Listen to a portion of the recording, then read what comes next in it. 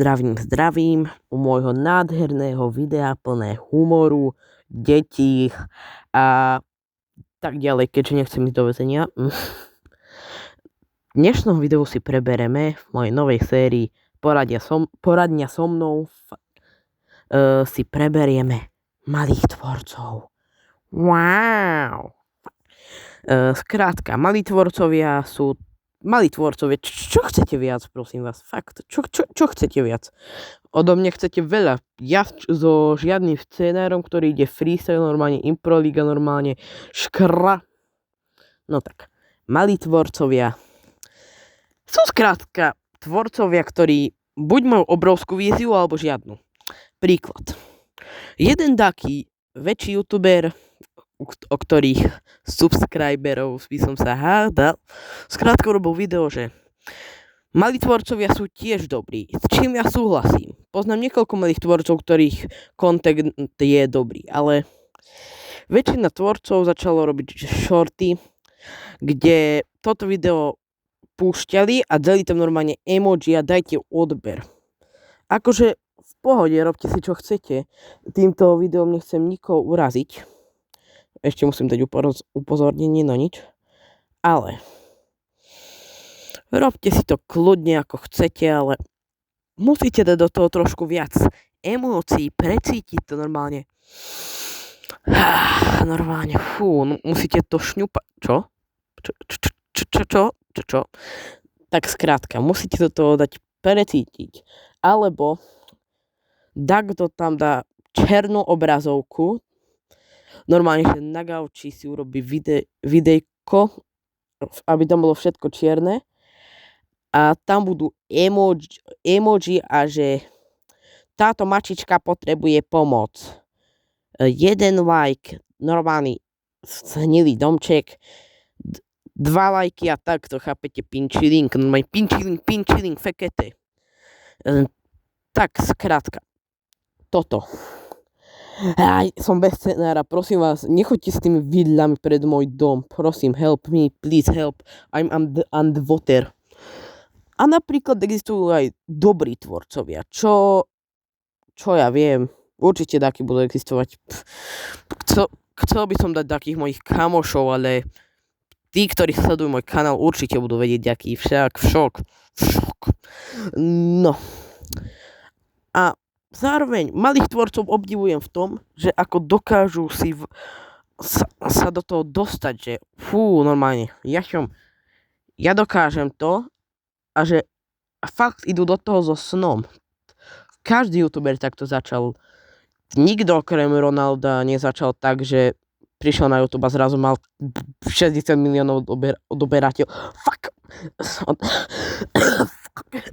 Odoberateľov. No vidíte, toto musím si ešte predložiť dáko. Tak vám poviem, že keď sa vám tento content páči, tak dajte odber, like a pošlite mi svoje orgány. Reklamná pauza skončila, dobre, ideme ďalej. Malí tvorcovia väčšinou ani nemajú toľko také drahý rozpočet ako ostatní tvorcovia. Napríklad Fizi začal s veľkým rozpočtom. To je taká výnimôčka. A títo menší youtuberi väčšinou idú na telefón a normálne 10 cm to ňoho tam jačia, aby tam vôbec bolo dačo počuť. Ja to určite nerobím, fakt. Verte mi. Fakt verte mi. Zároveň malí tvorcovia, čo som si zatiaľ nevšimol, keďže na nich veľmi nepozerám, ale nemajú žiadne série. Napríklad poznám jedného malého tvorca, a to má série. Ale väčšinou, čo vidím od malých tvorcov, sú shortky, normálne som vtipný dneska, jedol som vtipnú kašu.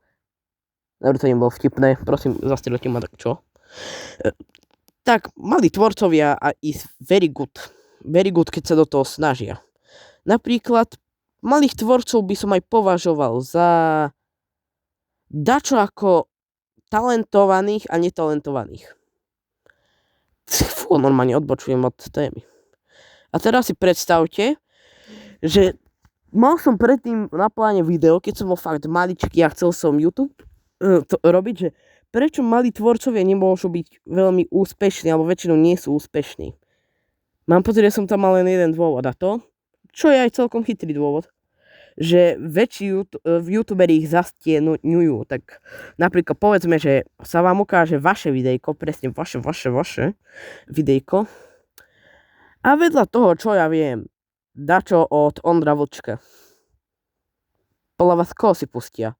Dobre, v tomto prípade vás, ale povedzme si, že tam bude, čo ja viem, taký fakt, že super duper youtuber, napríklad ja, a vedľa toho taký iný pinchling youtuber.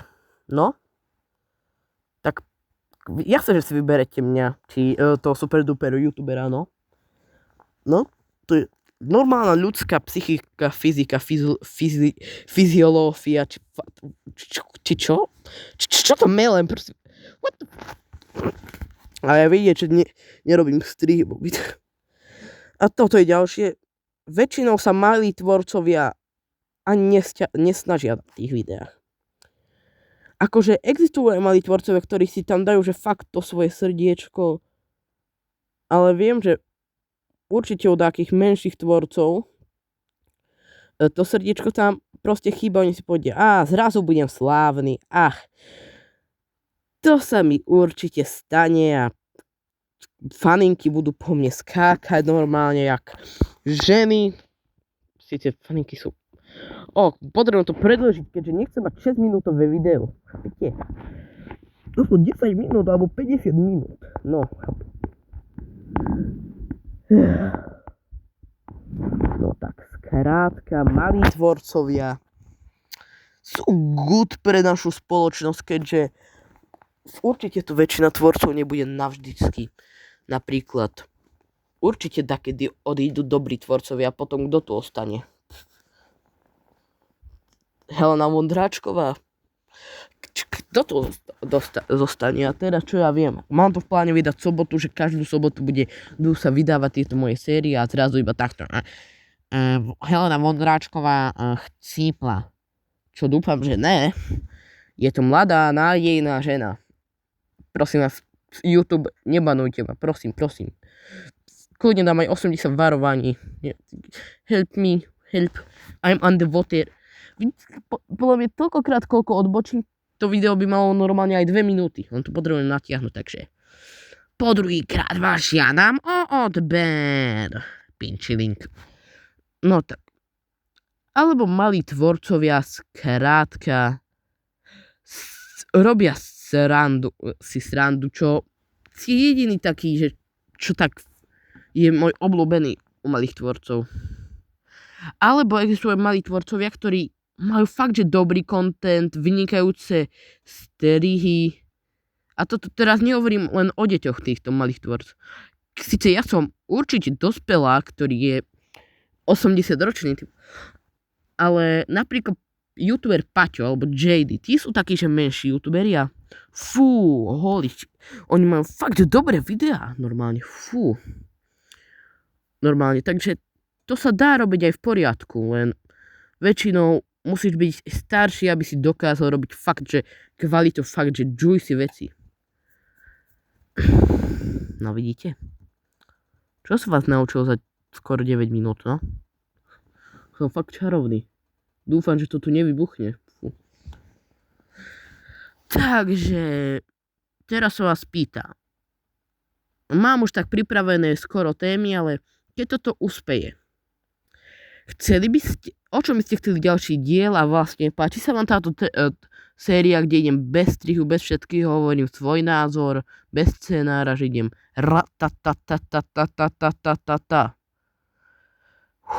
dobre. Čaute a čo ja viem, máte básne alebo čo, ja neviem rozprávať pred ľuďmi. Doslova nikto. Dobre. Čus.